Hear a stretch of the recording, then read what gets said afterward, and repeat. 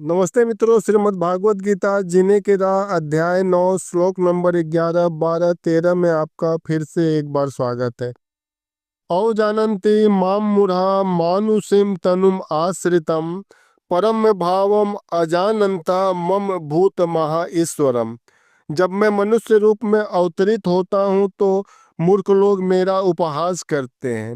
वे मुझ परमेश्वर के दिव्य स्वभाव को नहीं जानते हैं।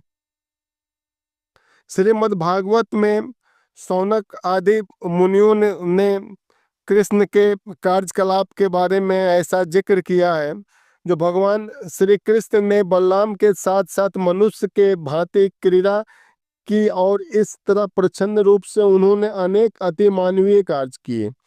मनुष्य के रूप में भगवान का प्रकाट मूर्ख को मोहित बना देता है, जैसा कि दुर्योधन के साथ और शिशुपाल के साथ हुआ था।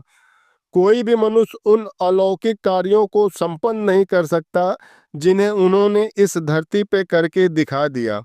जब कृष्ण अपने माता पिता के समक्ष प्रकट हुए थे तो वो 4 भुजाओं से युक्त थे। मोग आशा मोग कर्माणा मोग ज्ञाना विचेतसा राक्षसीम आसुरीम च एव प्रकृतिम मोहिनीम श्रिता। जो लोग इस प्रकार मोहग्रस्त होते हैं वे आसुरी तथा नास्तिक विचारों के प्रति आकृष्ट रहते हैं। इस मोहग्रस्त अवस्था में उनकी मुक्ति आशा, उनके सकाम कर्म तथा ज्ञान का अनुशीलन सभी निष्फल हो जाते हैं। बृहद विष्णु स्मृति का कथन है, जो कृष्ण के शरीर को भौतिक मानता है तो उसे श्रुति और स्मृति के समस्त अनुष्ठानों से वंचित कर देना चाहिए। यदि कोई भूल से उसका मुंह देख ले तो उसे तुरंत गंगा में स्नान करना चाहिए, जिससे कि छूत दूर हो सके। महाआत्मना तो माम पार्थ देवीं प्रकृतिम आश्रिता भजन्ति अनन्य मनसा ज्ञात्वा भूत आदिम अव्ययम। हे पार्थ, मोह मुक्त महात्मा जन देवी प्रकृति के संरक्षण में रहते हैं।